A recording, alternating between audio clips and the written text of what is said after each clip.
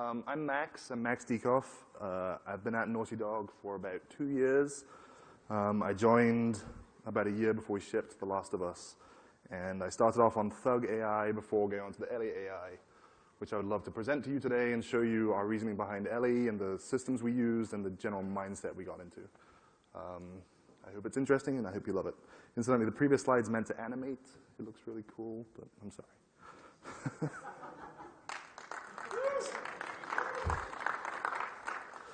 Okay, so Ellie is, in my opinion, the star of The Last of Us. She's a great character. She's new in this world, much like the player is. She is not world-weary like Joel, the protagonist. She's seeing everything outside the military city for her own for the first time, much like the player is. She's afraid of the scary things, much like we as players are too. She sees violence and she's disgusted by it. And to this end, she's a really important character in the game. She's, to me, the real character in the game that you should be talking to and thinking about. When we went to build her, we knew there were all these things we needed to avoid. Everyone's played a lot of games with companion AI, which sucks, and it has the escort quest problems, where you always feel like you have to save this character and make sure they're safe and do things to help them out. We didn't want that. We wanted to make sure that she was someone that helped you out, and she wasn't annoying, you never hated her, you never swore at her, all this kind of stuff. Otherwise, it would be broken. So today, I'm going to walk through the systems we used to make this a reality. There's not that much. It's actually pretty basic stuff, but I hope to give you an idea of the inside of what we did to develop this. Okay, so the press demo we had at the start of January 2013, it was the first time we were ever going to show The Last of Us to people who were going to talk about it to the public. And this was it was a single encounter about 20, 30 minutes long through a space in the bottom of the tilted building. And at this time, the buddy AI wasn't acceptable. This was 5 months before we had to ship. And for the entire encounter, Tess and Ellie had to stay back. They did the old gaming trope of, we'll stay here and you clear out the area for us. And we realized this wasn't what we wanted. We wanted them to be there to participate in the fight, to add an emotional impact to the fight, and to really make the infected not just a horror because they're attacking you, but because you were scared for your friends that were there with you. We wanted these characters to be there with you throughout the entire encounter. So they were scripted. We didn't want this. We also realized, well, shit, we have a whole game, not just one encounter. We should probably get the AI working for the whole thing. So I came in, and I took everything down, basically. We had pretty comprehensive AI, but it wasn't where we wanted it to be. So I was going to go back to basics and start from scratch 5 months before ship. It's a good idea. Fortunately, we had a great number of systems in place. Like, the locomotion was great, animation was great, pathfinding was awesome. All this stuff was great. It was just building like the core behaviors and skills we wanted to get these guys to use on the way. First of all, I disabled combat, and instead I wanted to focus on the one thing which we thought was going to be the absolute core to it, and that is sticking close to the player and staying away from the bad guys. So even if they couldn't do anything beyond that, so long as they were close to you at all times, this was good in our book. I concentrated on Ellie's relationship with Joel. Like, these are the two main characters. They're in your face for 16 to 20 hours of the game, and we wanted to work out how they were going to work together and how, as a player, you cared about Ellie and what she was going to give back to you. So Bruce and I we just spent ages, Bruce Straley, game director, we'd spend ages just talking about what we thought she was going through and where she was coming from in the encounter this time. So I mentioned the first thing we want to do is keep her really close to the player. There's a lot of good reasons for this. They're going to run into fewer problems with enemy AI, and that's the number one thing we did here. I'm going to talk about this later. Additionally, though, if she's far away from the player, you get this sense that you're alone in the world. There's this huge encounter space. It's messy. It's a destroyed building. If you lose track of Ellie, you start to forget she's there. You want to remember she's there, and you care about her, and she's helping you out and being useful. So once she's staying close to you, we also wanted her to have some utility.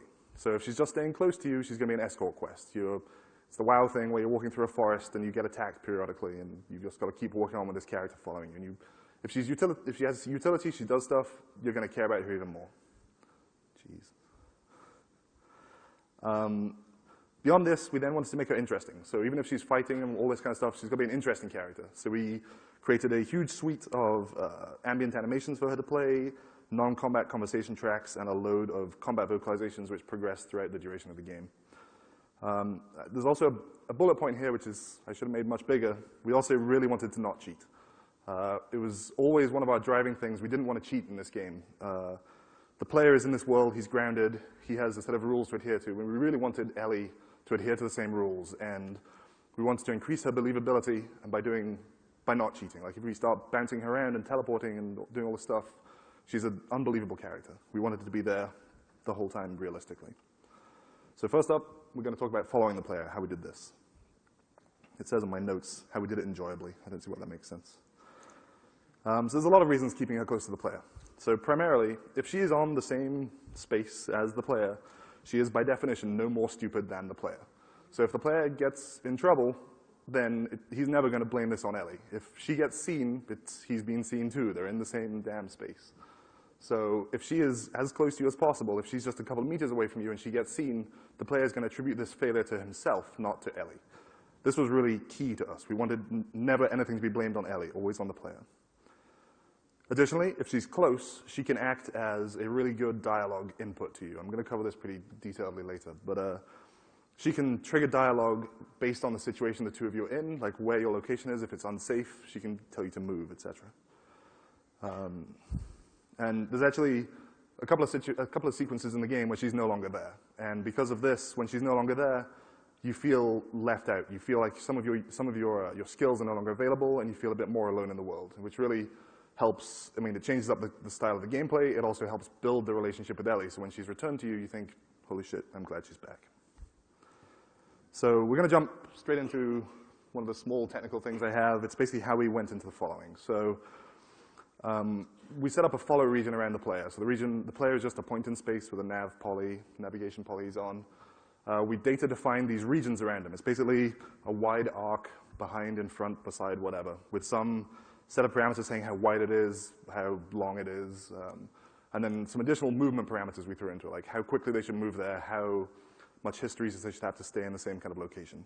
It's pretty basic, and ultimately, we ended up with dozens of these across the game. So you'd think, well, we have the one follow region, this is cool for the player, but no, it turns out that throughout the game, the encounters change very slightly. The space is bigger, the space is smaller, there's more buddies, there's fewer buddies, there's more enemies.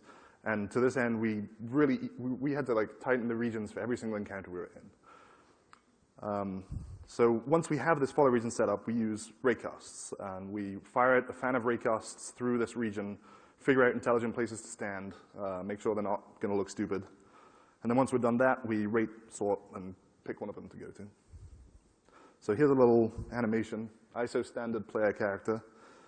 And so he's in a space. And right next to him, sorry, this is behind him, this is the follow region I defined. So this is a partial donut behind you, some range, some thickness, bunch of angles. Here's a block we want the buddies to avoid. So first up, so we're actually firing nav mesh raycasts here. So these are on the navigation polys. This is making sure that there is a clear line between the player and these positions that the buddy can walk along if necessary. So we fire out a fan of these, actually probably twice this number in practice. If it hits something, then we say there's no good standing there, obviously. That makes sense. So we now have these candidate follow positions. These 4 positions here, we're like, okay, these are 4 pretty cool positions. What more can we find out about them? Next up, we're going to fire a ray forwards. So this is basically, if I go stand here, am I going to be looking at a wall? Now, you could say, well, we could go stand here and not look at the wall, but even then, there's this weird, it just feels wrong. If you're there standing right next to a wall and you kind of nudge the buddy up to it, it's this weird separation issue. And if you walk around with a friend, you'll find you never would even do that. You'd never stand next to a wall, etc. So we're now going to reject one at the 7 o'clock position. These ones here, these are the forward positions. They're clear. That's cool. So 7 o'clock's gone. And we now fire 3 more rays. Now, these ones are a little nuanced, and I'm going to mention them on the next slide. But we're basically now checking if we can get from this forward position back to the player again. And we have 3 positions at the end. So the next slide is going to go into that 3rd ray again. I'm going to mention that more depth. So here, there's a smaller block. This could be a wall, it could be a fence, it could be a doorway, whatever. So we're going to do the same thing. We fire the rays back, generate the candidate positions, fire rays forwards, check they're not standing in front of a wall. And here you see the one at the 7 o'clock position is clear to walk in front of. Now, this was originally how we had it, and it actually looks really stupid if she goes and stands there, because you're not in the same room as her, essentially. If she goes and stands there, she can see you, that's fine, but in practice, in an actual space, if she starts moving, then her momentum is going to carry her so this wall is between you. So this 3rd ray we have says, actually, no, this point's stupid, don't go there. We reject that. So she's not going to go to 0.7. So this forces her into the same room or the same field or the same garden as you. And that's that. Boom. So here is an actual space in Billstown, the debug stuff we have in game for one of the ambient setups we have. You see all the rays being fired around. You see the orange candidate positions. And if you actually look at it closely, it has the rating values on there too, which are all magic numbers to do with angles and target values and shit. And you can actually see here, though, something else kind of interesting. I took the screenshot slightly too late, and the position she's on is now technically invalid. The forward ray, it's kind of hard to see, but there's a red ray straight forward from her. It's hitting something. She shouldn't be standing there. Because when the player originally generated this, he was somewhere else. It was cool. But she's moved there, and we don't want her to move away. Like, it's no longer a valid position, but it still makes sense for her to stand there. So that brings us on to the next thing, which is like the intentionality of our movement and how we want to move. So buddies, you often see, are very bouncy, and companion characters in general, they move around a lot. They try and get out of your way. You're not quite sure what the hell they're doing. You see them move from A to B, change cover, and you're not quite sure why. So we were always, whenever we saw her do this kind of thing, we would break into the locomotion log for her, see what was up, and then start putting in conditions to say, no, don't move. Add some hysteresis here, only move on these conditions. So it breaks down that ultimately she has, she will pick a point, and she will be very happy to stay there until like it gets bad to be there, essentially. So if it's being threatened or if it's too far from the player, that's the only kind of time she's going to decide to move. We don't want her moving awkwardly. Additionally, it's a minor point, but we have these speed ranges for the movement. So once she's picked a position to move to, she's n meters away from it, and we say, well, you should run, you should walk, you should sprint. That makes sense, but I'm going to cover that slightly later. So you're never going to run a short distance. You're never going to walk a long distance. This is important when the player starts moving. So if the player is moving through space, we have to figure out how she is going to follow the player. So we actually use exactly the same system. We have this follow region, and we're generating follow points behind him. And we're not doing any like tweening or anything like this to figure out which one she should be on. We're just picking a new point every frame. Now, we throw in some weightings to these things to make sure she's not doing stupid things. We want her to stay on the same side of the player, so she's not flip-flopping behind you. We want her to stay behind or in front if necessary. And we then got onto an issue where you're running through a space, and she has this point she's generating, and the player has fully analog movement. So he's moving at 17.3 meters a second, and she can't move anything other than 10 or 20. So we actually start speed scaling, and we speed scale her so there is this range of distances which she's going to run in, and we want her to stay in the middle of this. So if she is too far forward, she's going to speed scale back her animations by up to 25% until she gets to the middle, and she's going to like oscillate around the middle. So as the two of you are running together, she's going to be oscillating very slightly, but you never can tell. She's never actually changing the movement mode from walk to run to sprint. So you see her always running with the player. Another thing to do with moving is dodging. So all games have this, where there's a buddy character, you walk at them, and they're going to dodge out of your way.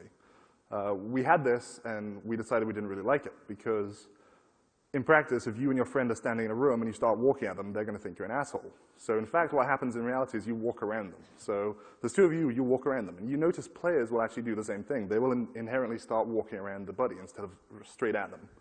So she will stand her ground if she's there first. If she gets there first, she's not going to move out of your way. The player will walk around them, and if for some reason they can't, then at the very last second, we're going to make her dodge. So there are times she's on a staircase, she can't move out of the way, you can't move around her.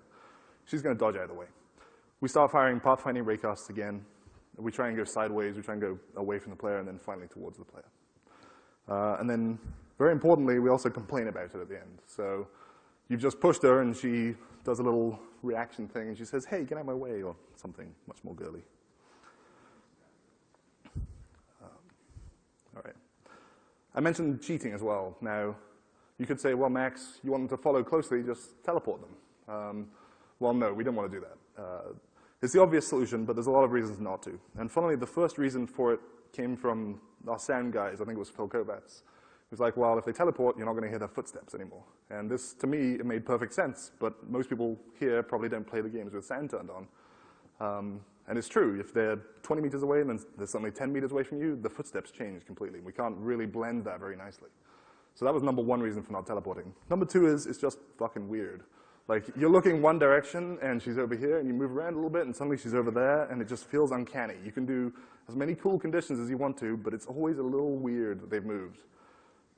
There's that Watson video where Watson's teleporting around. There's also just ultimately, I didn't want to do it on principle. We're trying to make a character here. She can't teleport in the world of The Last of Us, so we're not going to let her teleport. It doesn't make sense. We want to polish all the stuff we have in our arsenal instead of cheating. We never teleport her, except for scripted reasons, but that doesn't count. So yeah, we're not going to cheat. She's meant to look sad, I guess. Okay, so that's ambient following. We now have combat following. So in combat, you're going to be in cover. And there's a lot of problems with cover, which I'm going to go very quickly through this. It's kind of boring. But there's a little bit of how stuff works in Naughty Dog engines. So we have these things called action packs. I'm sure most of your engines have the same thing. You have an environment. It has a nav mesh telling them polygons where they can move. And we want some meta information saying how they can interact with the world. So we call these things action packs. It's just a locator and some metadata with an animation set or something like that. There are three main types we have. There's cinematic action packs, annoyingly called caps, because we actually rarely use them. But that's basically one or more NPCs can go up and interact with something in the environment, pull out a drawer, open a cupboard, whatever. We have traversal action packs, which are the jumping, climbing kind of things. So like ladders, balance beams, vaulting over windows, etc. Then we have cover APs, which I wish were called caps. But cover APs are the ones where they get into cover, and it's stand, crouch, crouch over, crouch sideways, and it has the frustrum saying where it will be hidden from, etc. It's not very exciting. Here are, this is just a little, so you can see what they look like in the world. There's two vault action packs here. So these are traversal action packs. They are, it's potentially hard to see, but there's basically a green line and a locator on top of the window, and you can see the text says, hey, this is a vault action pack. The NPC can pathfind to this, play the animation, jump over the window. And here you have some cover action packs. So this is a space in Hunter City, and you see the orange and blue dongles, and that basically says, yep, you can take cover on the left here, you can take cover standing right here. In fact, in this slide, you can see what I'm about to talk about, where up at the top of the car, there's actually no cover action pack right there. And this is because these cover action packs are generated by tools. And the tools, they're awesome, but they're not 100% correct. And our world is this fractured, broken landscape, and it's not flat edges and surfaces. And so frequently you get something which is 1 centimeter too damn short, and so they can't generate a cover action pack on it. And the designers can go in and place these by hand, but it's a pain, and it takes time. And more importantly, there's a lot of spaces where they don't want to do it. There's no thugs in it. There's only infected. The infected don't use action packs, so why should the designers be going in and putting these things in there? So we also have a whole space, the tilted building, which is tilted by 30 degrees, and that was really awesome for generating cover action packs because it threw all our math out. Curses. So yeah, generally for regular NPCs, that's cool. We don't care. They can take cover most places. The player doesn't notice if they're not covering on this corner of the car versus the other one. But in the case of the player can take cover anywhere. And he uses the system where he fires rays and looks at the walls, and we're going to talk about that in a second. And we need the buddy to be right next to the player at all times. We need to make sure there is always a cover action pack within 1 to 0 meters of the player, which is just not feasible. So we generate what we call runtime cover APs. These are a structure. We call them magic cover APs, actually, but they're runtime, essentially. There's 2 or 3 of them they generate at any one time, and they go through the system, locomotion, animation, everything exactly the same as a regular cover AP, but they're at runtime. We put them wherever we want. And the reason we don't do this for everybody is because they're super expensive. Because we start firing rays from the leader. We fire 80 every frame against collision for everybody.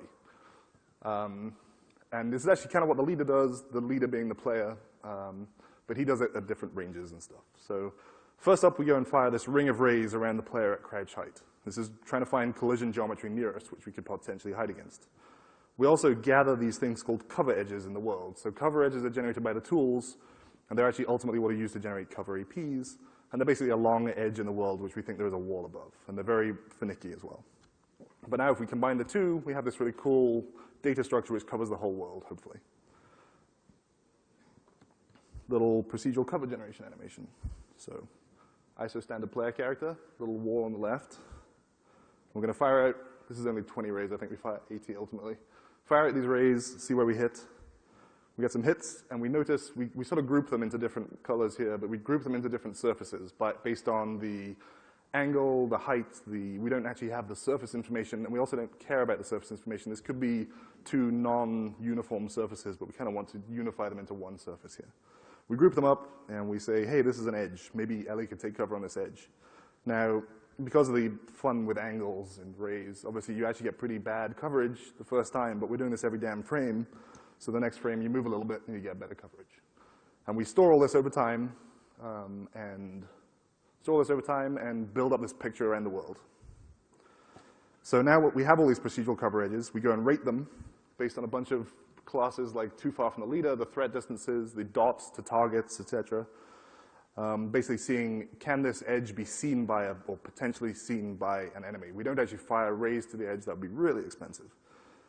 We then go and pick what we consider the best one, which is typically the one closest to the player. And we generate this runtime cover AP. So you have an edge, you have the player near it, and we say, okay, we're going to put right here is where we want the buddy. We generate the structure there, and we throw it through the locomotion system as a regular AP. So this is actually a screenshot showing the actual procedural cover in the game. It's super messy, but basically there's orange lines along cover all around you. It has this yellow line jutting out, which is the normal, and then a bunch of rating information. That rating is actually pretty cool. You can go look at the slides later. It has all the values we're looking at, like dots, and there's a magic number, which is super good. And ultimately, she likes that green one down there. So she goes, generates her cover AP on this green one, and she sticks to the wall right there. There's actually a bad guy in the background right there. He's kind of hidden by the bush, but you're actually hiding from him. Okay, so we're generating these cover APs. We're moving to them intelligently. And we wanted to add this. Okay, so there was in Uncharted, we had this problem with cover APs with buddies being in them. The buddy would be in a cover AP on a corner. The player wants to get there because it's the best place to shoot. So the buddy pops out and runs somewhere else. This is really annoying, especially if they pop out and they get seen, or I don't know, they pop out and bump into the player. So our animator, Almudena, comes and generates this cover share set where Joel takes Ellie under his wing and puts his arm over her on backpack and shoots over her, all this kind of cool stuff. And it looked awesome. And it built the relationship between the two characters. This was a father-daughter relationship you're looking at. It was her fragility, his bulkiness, etc.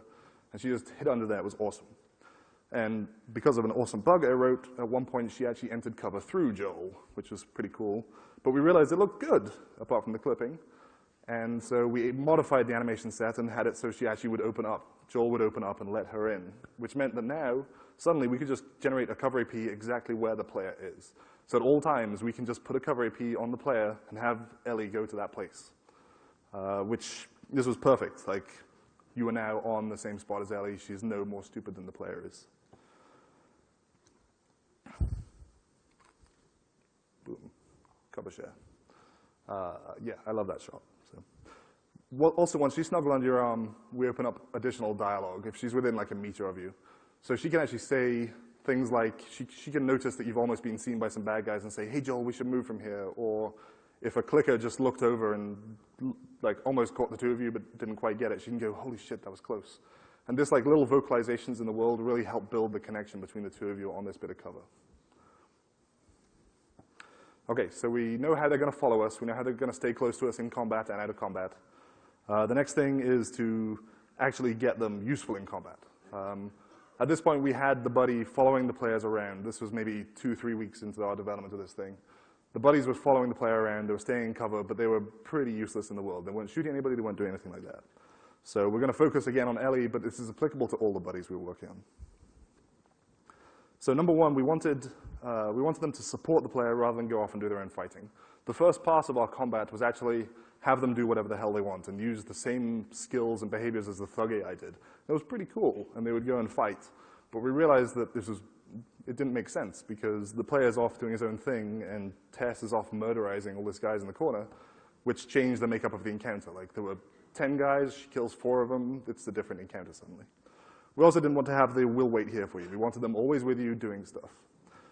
I mentioned briefly, but we wanted them not to affect the difficulty curve of an encounter. So if a buddy happens to be more effective in one place than another place and takes out some guys, we don't want to change how difficult this is based on what the designers are putting in there. They've already balanced it. We want to not change that if possible. We also want the player to notice what's going on. If you don't notice it, then you just you don't know what they're doing. You feel they're ineffective. We want them to be effective, nothing else. And of course, the buddy, Ellie, has no gun, and she can't just follow you around looking like a tree.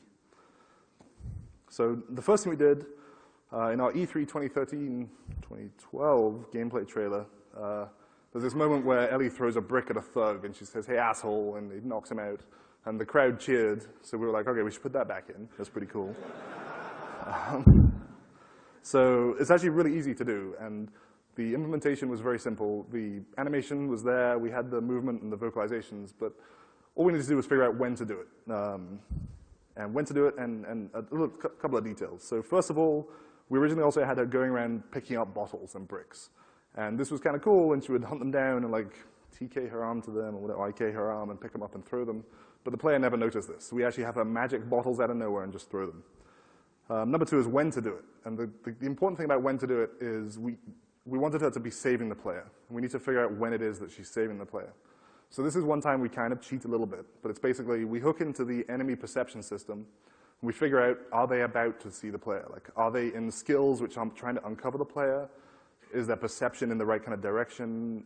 Is the player where they think he is? And if so, she's going to stand up and throw a bottle. She's going to try and position first, get a line of sight, and throw this bottle. And it's really cool, because the player can be out of ammo, can be hiding, can be really knuckled down, and suddenly this brick comes from off screen, knocks out the guy, you go and punch him and beat him up. And it builds the relationship with Ellie at this point, which is exactly what we're going for. Number two, my buddy Anthony talked this morning about the melee system, so I'm not going to do too much here, but we actually had enemies grab Ellie. So she's running around the world, we're like, okay, how can this be more interesting? She's just standing there bumping into NPCs the whole time. So now they can actually grab her. They'll grab onto her, they'll do this like cool little animation. And we had it so that the player would then, there's a little counter above the head, the player has to go save her.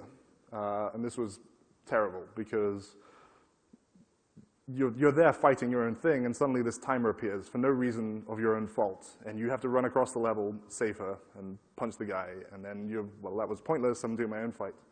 So we then step back and put in a bunch of animations for her to get away from the grapple herself. So she fights it off, pushes it off, and she actually backs up and is then non-targetable for a few seconds. We actually kept the requirement for the player to save the buddy occasionally, but we were very restrictive on when we would do this. So we would make sure that they were close, there was a good path to them, they were visible, so it wasn't, and the player wasn't also grappled. So you never felt like it was a burden to go and save her. You felt it was kind of cool, you had to go and save her, like, oh, I'm helping my friend. We also added the ability for her to save you. So you're sitting there mashing a button trying to get away from a bad guy, and she jumps in, I think she actually teleports here, which is bad, I'm sorry. She teleports a little bit if she's within range, so she can play her animation, run up and stab the guy in the back, but it's only a couple of meters, so it doesn't count. And this is great, because you just saved her, and then she comes and saves you, so again, in the future, you feel like I'm ready to save her again. I've got to say, it's actually some of the most rewarding gameplay we have, and the first time I saw it happen, I don't think I even knew that Anthony had put it in, and it just suddenly happened and kicked ass. So she's now fighting. She's not doing any combat fight like gunplay yet, but we wanted one more little thing to give her a bit more personality in the combat space. So we had this idea of gifting. There was one scripted encounter we already had in Winter at the beginning where David would give you some ammo. Spoilers, I guess, sorry. He gives you some ammo and whatever, and you're very thankful for him and you walk off. But we wanted Ellie to do this too, systematically. So we're like, okay, we already have balanced the entire game because we only have a month until ship. So everything's balanced, but we still wanted her to give you this ammunition and be useful. So we just tied into the existing drop system. So there's this cool thing in the background with a drop table, figuring out what ammo, health packs, collectibles guys should drop or should spawn in the world. And all we did was say, you know what, that's not going to spawn there, it's going to spawn on Ellie, and she's just going to give it to you. So this didn't change the balancing whatsoever. It just meant you got it through a different delivery mechanism.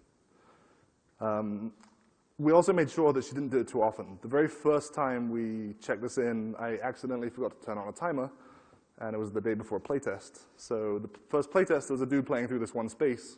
He ran out of ammo way too early. And every 20 seconds, Ellie was like, here, have some ammo, have some ammo. This might help. Would you like some ammo? Hey, take this. So not only did this highlight that the encounter was broken ass because it was too difficult, but it devalued the use of what she was doing. Like, she wasn't being a useful character, she was being an ammo dispenser. So we didn't care about, we weren't thankful for it. We were just like, I've run out of ammo, can I have some more, please? So that was horrible. So we put a 15, 20, 30, 45-minute time on it, something huge. You value it a lot more if it happens rarely. Okay, what is this slide about? Yes, so they're in cover, sorry, you're in combat, we want them near the player at all times, if possible. We basically try and mirror what the player is doing as much as possible. So if the player is in cover, we're going to use the cover AP next to the player. If you're standing up, the buddies are going to stand up next to you with their guns out. And if we can't figure out what to do, we get in cover and hide and hope it looks good. The most important thing we came about positioning, though, was figuring out that they shouldn't be in front of you. It makes sense, but a lot of the time, there's no other way around it. So it's the only way out of a space. It's the only clear space in a room. But if they ever encroach on being in front of you and in your mindset, it's actually kind of annoying. And this is at odds with our goal to keep them in your mind. But having them in front of you was not where we wanted them. We had them right next to you, but never in front of you. Stealth. So the game is a lot about stealth. There's a lot of audio gameplay in the game. And we needed to make sure that the buddies would never break stealth for you. This is a big thing. We've had questions about it. We're going to go into detail. Having them give away your location would be terrible. If you're trying to sneak and they shoot at the wrong time and you think, well, why the fuck were they shooting? I was trying to get away. You would hate them. So the first change we made here was actually we turned off all their desire to shoot. So they have a gun and it's out. And the thugs, the bad guys in the game, they are very trigger happy. At any time, they are just, the only thing holding them back from shooting is line of sight, essentially, and timing stuff, I guess. This didn't make sense for Ellie, so we actually reversed the logic here, and she never wants to shoot. She wants to not shoot her gun. This makes a lot of sense. She's a kid, she's a girl, she's a human being, she's not a horrible person. She doesn't want to be shooting her gun. So she never wants to shoot unless she's given weapons free, essentially. And weapons free happen when the player is in danger. Like if the player is being shot at, or if the player is in melee combat, or is trying to, is obviously trying to get away from a danger, then she's going to start shooting. And just flipping this little idea of you can shoot to you can't shoot really changed how she appeared in the game. And as far as stealth goes, it's the same thing. So if the player is not shooting and isn't threatened, then she's not going to be shooting back at all and not breaking your stealth. So one of the key things for making sure she's not shooting when you're getting away is modeling when the player has snuck away. What you can see here is what we call our entity perception system. You have a thug up on the left, and the little stick man is where he last saw the player. We've now moved a certain distance from here. We're far enough away that you've actually snuck away. Now, because you've snuck away, they don't know where you are. They have no idea where you are. Ellie's like, okay, we made it. So she's now in stealth mode, and this triggers her never going to shoot, absolutely. She's quiet, she starts whispering. You got away. Shooting. So we enabled gun usage, and even despite our restrictions on not wanting to do too much damage or to shoot too much, she was a killing machine, and it sucked. She was just taking people down all over the place. She did the same damage as the player, she was pretty accurate, but fortunately we have all the regular knobs. We have damage, accuracy, firing rate. And so we started looking at what we could do to tweak these. Now, damage, you can't tweak. If you put 3 bullets into a guy to kill him, and she has to take 20 to kill him, doesn't make sense in the world. That's cheating. So she has the same damage, give or take like a few percent. So what about fire rate and accuracy? Well, if you start modifying fire rates, and she's aiming a gun, and there's a guy charging her down, and she's not shooting, you think, well, she's in danger, why the hell isn't she shooting? And accuracy is the same problem. She's got some accuracy, like she's 5 feet away from a guy and can't shoot it. It doesn't look right if she's not shooting. So how do we balance this to make them able to shoot enough to put some damage out but not be killing machines? So first up, we tweaked the fire rate and accuracy as much as we could. We lowered it, made them fire as slowly and as inaccurately as possible. It was still way too much. So we introduced this concept of like a nervous idle almost, where we dropped her fire rate way, way lower, but gave this nervous, like, I don't want to shoot kind of animation. And suddenly, the ridiculously low fire rate made sense. You could see that she was having a mental conflict with wanting to shoot just because of this animation we put on top of her. So we could go way below where we wanted to do. The other thing we added was that if you weren't going to see this damage, there was no point doing it. And this kind of makes sense, but if she's off screen and the bad guy's off screen, then we do 0 damage whatsoever. A lot of people think, well, you're going to realize she's not killing anybody. Ultimately, you don't. You're too busy in your own fights. And we also make sure on some timers that she will target someone on screen and shoot them and potentially kill them.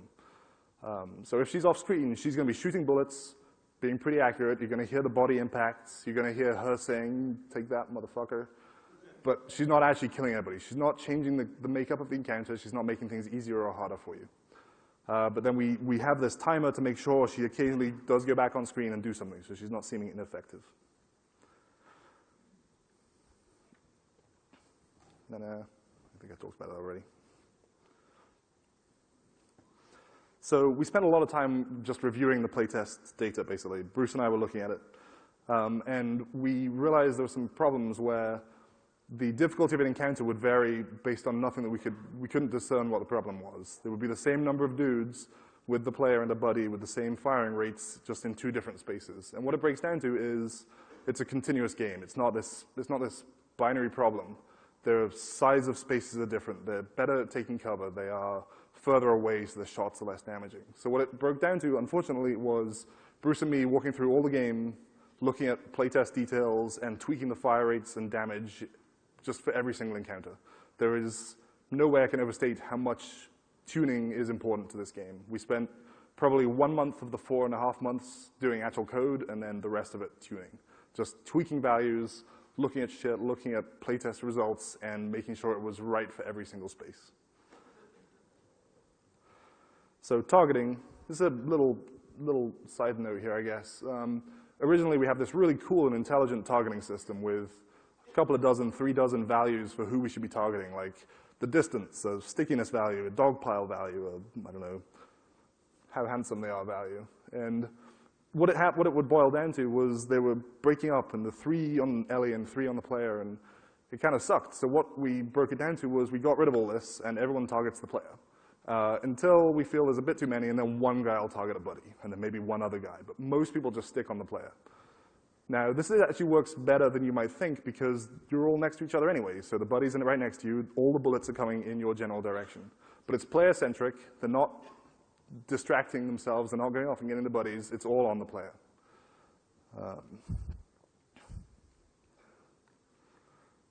Cheating. So this is the time we did have to cheat. Throughout most of the development of the game, the NPCs were able to see the buddy. So if she ran out of cover stupidly, she would be seen, she would break stealth, search would start, gunplay would start, etc. And this was great. This pushed us to polish the covering and the following as much as possible. But ultimately it came down to a few weeks before ship, this was not the right way to go. So we had to make this decision. Either we were going to be true to our no cheating rule and the buddies were going to give you away, or they were not going to be able to see a buddy out of combat. And there was an obvious choice. We couldn't even take the first choice here. We're player favoring here. We don't want you to ever hate the buddy. So if the buddy would jump out of cover and give you away, or shoot and give you away, you could see the YouTubers immediately saying, "Fuck you, Ellie." And at that point, we'd broken the relationship between Ellie and the player, and that was something we never wanted to do. So we didn't want her to be resented. We wanted to keep her as a beautiful entity. So she will run out, and she will not be seen, but it's better than the alternative. And I have the Penny Arcade comic framed and signed at home in my living room. So, okay, further work. Well, there was obviously a bunch of stuff we could have done. I said we had 4 or 5 months to do this. We only did a month of coding, I guess 6 weeks of coding. There were some little things we thought about to add to it, but ultimately we decided it wasn't time for these things. I don't know how much we would have added, but we decided to invest the time in polishing what we had, and we were very, very proud about what we ended up with. I'm going to run through them in case you're interested in them, but we had these things called exposure maps, which basically are what the NPCs can see at any time, and we were like, well, we could have Ellie never run across an exposed area. We actually tried it. It didn't add much to it, so we cut that. Teleporting. We'd said we didn't want to teleport, but we decided there were some very small subsets of times you could. When she's really far away, for whatever reason, we could do an intelligent teleport, bring her forward, make sure you can't hear her at the start or end, try and do it in a realistic time frame. But again, we decided not to. And number 3, something we actually, again, tried. I found out Monday we actually tried this. Someone else did it. We were going to direct the enemies to look away from the player, from the buddy. So if the buddy's in cover and there's an enemy coming towards her, he's like, oh, just kidding, and turns away and walks away. But this actually changed how search worked and how the player was experiencing the game, because he's also there covering nearby, and suddenly the NPC is not going where they think they should be going. So again, we decided not to go with that. So at this point, we had a robust, balanced, and fun companion AI. There were a bunch of little things we decided to add to the game just to make it come a bit more alive. So I mentioned these traversal action packs. They were awesome for NPCs. They're really pretty fluid. But there were some issues when you started seeing the buddies up close using these things. So my coworker, John Bellamy, the animation guru, and we spent just weeks, I kid you not, looking at this one 15-second section of Tess and Ellie jumping over a car, and that was it. And at the beginning of it, they would jump up, stop, jump down, stop, and walk on. And at the end of it, it's all one fluid motion. With blending all these animations together, we blend out of the exit, we blend into the entry earlier. We have ground adjustment, because we're not jumping onto flat surfaces, we're jumping onto angles all over the place. And this really helped. It's hard to overstate how important this was. Like, it slowed them down by all this stopping. It made them seem ungrounded in the world. And just this 3 weeks, or however long it was, of looking at this 15-second section was invaluable to polishing their quality. This is actually one of the spaces we have. You can kind of see it's all tilted and angles are messed up, and they even cut into the edge right here. And this was where we used our test case for jumping to angled surfaces. Unfortunately, this was applicable to the entire game, and all the NPCs got to use the same new code, and it was an awesome addition. Vocalizations. We added a huge list of hooks for this, and Jason Gregory had a talk this morning, I think, about the vocalizations, so I'll just run over it very quickly. We had some number of thousand lines of vocalizations, which were very specific to things that have been happening in the battles recently. So if you killed a guy with fire, Ellie would say, holy shit, that's disgusting. If you had got away very closely, she would say, crap, that was close. If she killed somebody for you, or if she'd saved your life, she would say, hey, wasn't I awesome? Please thank me. And as soon as these started going on, it really gave her character. Like, you cared about what she was doing, and you remembered back to, oh yeah, you did save my life. I remember that. And so it was like reminding the player in this lull in combat what had just gone on previously, reinforced what she'd been doing, reinforced the skills we put in her hands. We also made her progress her attitude across the game. So it's, again, 16 hours of gameplay. She's with you for most of 12 hours of that. So she actually has a progression where at the beginning she's all this timid child, and at the end she's this timid child, but she's a more confident child, and she's swearing more, and she's happier with Joel, and their relationship is cool. And it was subtle, and it went across the game, but it was pretty cool. This final bullet point here is something I'm really proud of. I think is one of the best things in the game, where we're watching playtests, and you punch someone, throw them up against a wall, they fall to the ground, pull out a shotgun, and you shoot them in the face, and they explode. And the player exclaims, holy shit, and it's a gruesome thing which happened, and we're not trying to glorify it, but you say, holy shit. And then a few seconds later, Ellie says, holy shit, too. And this was reinforcing the fact that she is, in my opinion, your avatar in the world. She's representing what you're seeing of the world. And that was accidental, but it worked. Callouts. These are really cool, and they were the last thing we added. Bruce was bugging me about this, but basically, you could get crept up on really easily by bad guys because Travis made their AI so good. They would flank you in perfect cover and come up behind you. You had no idea they were there. So Ellie, we decided, can see them, and she's going to tell you about them. So she acts almost like that little target finder you have on FPS games. We had very little UI, but she suddenly is this piece of UI. She's not doing something herself, but she's enabling your tool set to be larger. It gives you this extra combat awareness, and it's really important we found that it was high quality. And Evan kept on calling me up and saying, she just called out that there's someone here and I don't see them. And this would happen for weeks and weeks. And we ultimately decided that we needed to dial it back as much as possible. Like, you needed to, if she called someone out, you had to be able to turn around and see them in clear view about to kill you. And once we had that, it was awesome. Like, the information was 100% valid. It wasn't like you were never unsure of what she was saying, and you really were thankful for what she was doing for you at this point. This was building the relationship so good. And all these things now sort of came together when we added this, where you would be in cover, and she would say, "Shit, Joel, watch out behind you." And you'd spin around, and there's a runner running at you, and he pushes you up against the wall, and you don't quite get away, and then she stabs him in the back and pulls him off you, and you finish him off together. And then she says something smarmy. But the first time I saw that happen, I was so excited, and it was the cheering moment. So there's a lot of ambient areas in the game, too. I'm going to run through this pretty quickly.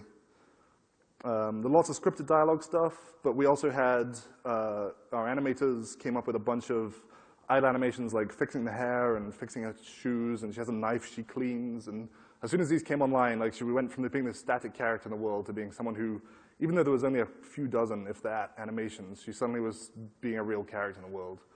We also, literally 2 weeks before we shipped, decided we needed something like 24 more dialogue hooks. And we gave Ashley Johnson, "Hey, can you go away and start whistling a lot for us?" And she actually came back with these like whistles and air guitars and spaceship noises and humming, and that all went into the game. And it's this like really cool thing. Like if you're walking around and you're looking at stuff, you're humming or you're whistling or you're air guitaring. I was very pleased with that.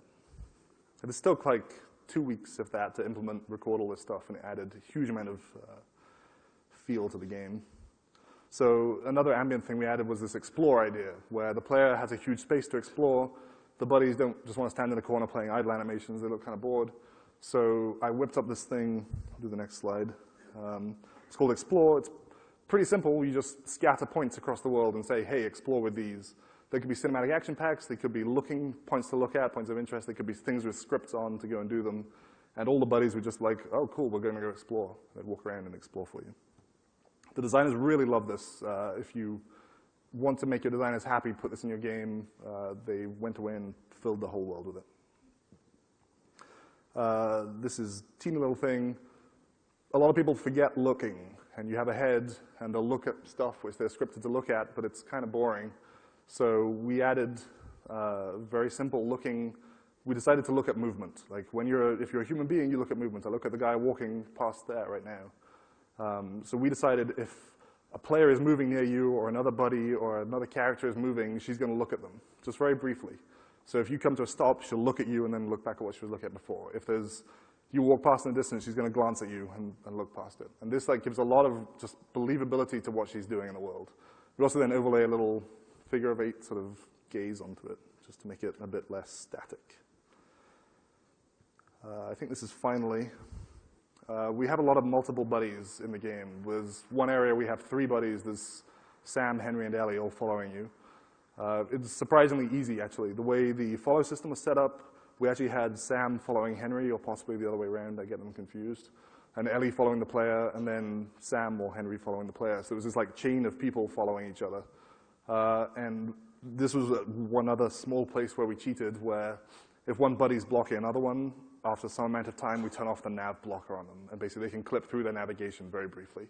And in practice, you never even see it because they go so quickly through them. We also, the taps I mentioned, the traversal action packs, we also decided we needed to place multiple taps. So there's a block to jump over. If you have one, they start bottlenecking on it. So we place multiple taps over it. Summary. It was awesome. I'm going to get really cliched here. But basically, we decided to treat her as a person. To me, Ellie is my second child, and everything I did about her, I was thinking about what she was going through as a character and as a human being in this world. I tried to think what her relationship with Joel and the enemies would be, and if I was a person in this world, what I would be doing if I was a 14-year-old girl, which has never been true. All the stuff we had before was extremely useful, too. I mean, there was a year of work beforehand, and it taught us that the most important thing, next slide, the most important thing is staying close to the player. Even before we had any combat utility built in, when they were just following you around, they felt like these awesome characters in the world. Their movement was smooth, and they were sticking close to you, and it was dynamic. You could go wherever the hell you wanted. They would follow you, and it was great. Number 2, you've got to tune all your stuff really hard. Like, I can't overstate how much this is. I don't consider anything we did that impressive from a technical standpoint. But Bruce and I and the whole of Naughty Dog has this manic obsession with detail. And we would spend weeks looking at what I call Diablo mode, where the camera is up above the world, just watching me running around the world with Ellie following. And she wasn't quite right, so I'd stop, break in, figure out what's wrong, and repeat for a week. These really big timers, I mentioned it earlier, but we have these really big timers on things like the brick throws and the gifting and voxes. There's voxes which only play every 3 hours, I think.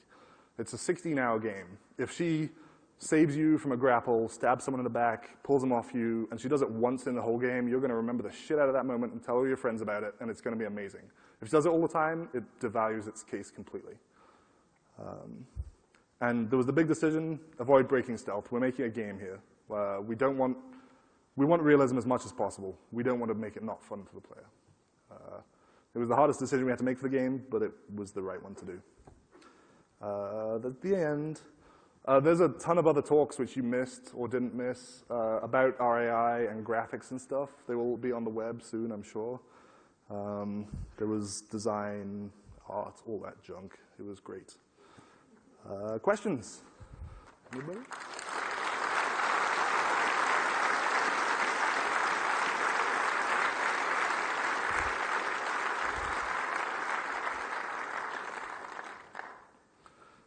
Questions? None? How was that good? You've got 8 minutes. No? Well, thank you. I'll ask a question. Oh. It seemed like for your talk and for the combat talk that came earlier, both of you guys had a period about 5 months before the end where you kind of threw away everything and restarted and got to where it was really awesome. Is that a coincidence? And why do you think that happened? What happened before that? I'm not sure. I mean, you may be mentioning the Melee talk specifically. Yeah. So I think Anthony mentioned the same thing. It was this press demo we had. It was the first time we were going to show the game to the world. And I'd only been at Naughty Dog a few months at that point. And I thought the game was pretty sweet. But it had been incubated, and we hadn't considered outside eyes on it. We wanted it to be fun and perfect, and we also realized the time was ticking down, essentially. So that was it. It was this press demo. People were going to see it. We had to change everything up and make sure it didn't suck. Okay. So the lesson is just have press demos all the time. Yeah. Have it more than 5 months before ship, though. Yeah. That's my tip. Okay. Go. Hey, I can appreciate your attention to detail and fine-tuning the AI for the environment, and it definitely came through in the game. I wonder, from a workflow standpoint, did you run into issues, excuse me, where maybe the designers would be doing something to do their own amount of fine-tuning that would then undercut maybe what you had done, forcing you to go back? Were there issues? Sure. So did we go in conflict with designers and their fine-tuning? I have to say, mostly no, fortunately. The designers were, we talked a lot about what we were doing, and it was generally my opinion. I tried to make myself very open to them, saying, if there's something you want, come to me first. We'll see if there's a systematic way of doing it. Or if there isn't a systematic way of doing it, how we can do it to make sure that we don't screw up across the game. One example, we had firing parameters. They would go in and tweak the firing parameters a little bit, the rates, and that broke things occasionally. But we'd open up and we'd talk to them about, this is the wrong thing to do. We don't want them to fire this slowly. It looks bad. And they agreed. So no, we never really conflicted that much. Great, thank you. Thank you. Yeah, I was just going to ask a little bit more about how, did it change how you approached Ellie, knowing that the player would take her over at certain points, particularly in Left Behind? Did that in any way change how you dealt with her? Obviously, she was no longer an AI, but honestly, for me, no. I think that our work to try and make her a character, an actual human being, as opposed to this AI character, meant that when you did do the jump into her, it never felt awkward, I hope. But no, honestly, that never influenced me. I never even thought about that, so good job. thanks. Yes, so you had that generated cover system. Why use it for the buddy, and why not have the buddy use the covers that are already placed there? I thought I said, maybe I forgot, but the covers which were already placed were way too sparse. They were not accurate enough to cover the entire space. There were some separation through the environment. They were 5 meters apart. We wanted them on the player at all times, if possible. I guess we could have generated more, but that would be a different problem. Hi, yeah. So you're talking about how you're working with the designers to do the AI, and there's always that balance between the design and the programming side of the AI. Right.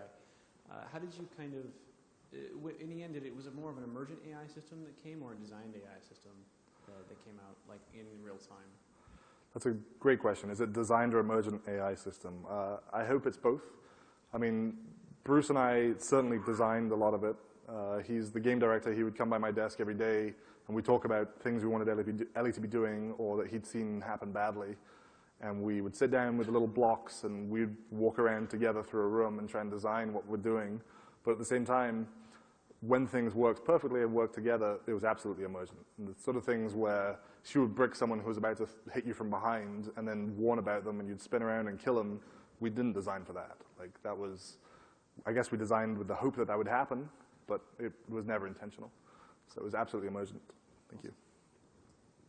There's a bunch of scenes in the game where there's more than one AI on screen. Right. Can you talk quickly to different rules you had to establish? Or different Sure. I meant to, thank you, actually. I meant to mention this. So Ellie, we always have super close to the player. The other buddies, they can spread out way more. Like Tess is a grown-up, Bill is a grown-up, Henry's a grown-up. They all have way more relaxed following parameters. So if you're moving around, they're happy to stay further back. We still want them close so you don't forget about their existence, but they don't need to be in your ass, essentially. And they're also happier to fire. They have faster fire rates slightly. They actually don't gift you stuff because we didn't want to build that kind of relationship with them. It wasn't necessary. It was a special thing for Ellie. But otherwise, it was all the same code, just some different data values for them, essentially. Thank you. So a lot of the AI you're talking about was procedurally generated, it sounds like. Were there any points in the game where you're like, okay, I really want this to be scripted, like I really want Ellie to do this? Sure. There were absolutely scripted sections, and I should have mentioned them too. They were, the interaction between the scripted systems and the procedural systems, the handoff, we tried to make as smoothly as possible.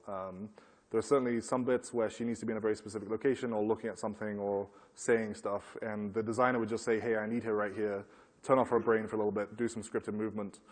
And all this would tie into the same locomotion, the same Vox system, the same vocalizations, and all the animations, so it looked very smooth, obviously.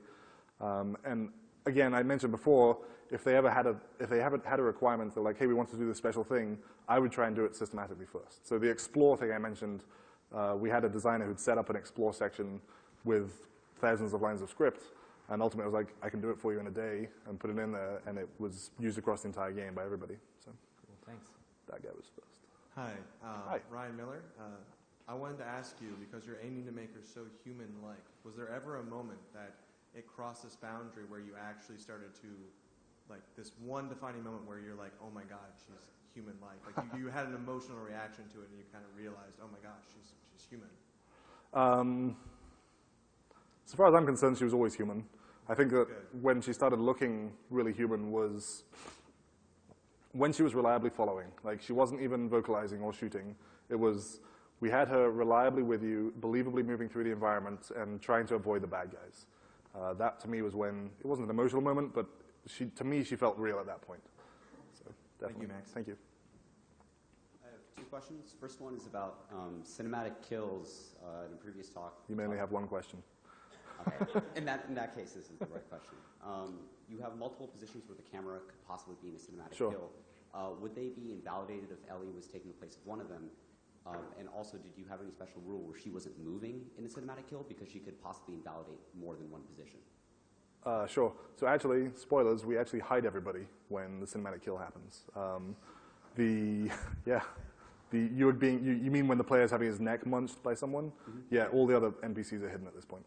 So it was actually a pretty obvious thing when we decided to do it. It's like, there's no need for them to be there. We want to focus on this death that's happening. We literally just invisibilize everybody. So, with hilarious effects sometimes, but it normally works. I think maybe one more. Yes, one more question. Yeah, I just think the whole bit where the buddies always follow you, but the camera's generally fairly close. Right. And the camera looks forwards. So Yes. did you ever do anything to make them walk into shot deliberately, just so, or did you just rely on like luck and audio? That's a great question. So did we ever try and get them in shot? And I think, I can't talk to this, I think the camera is actually further out in an ambient space, so it's a little better if they're following you.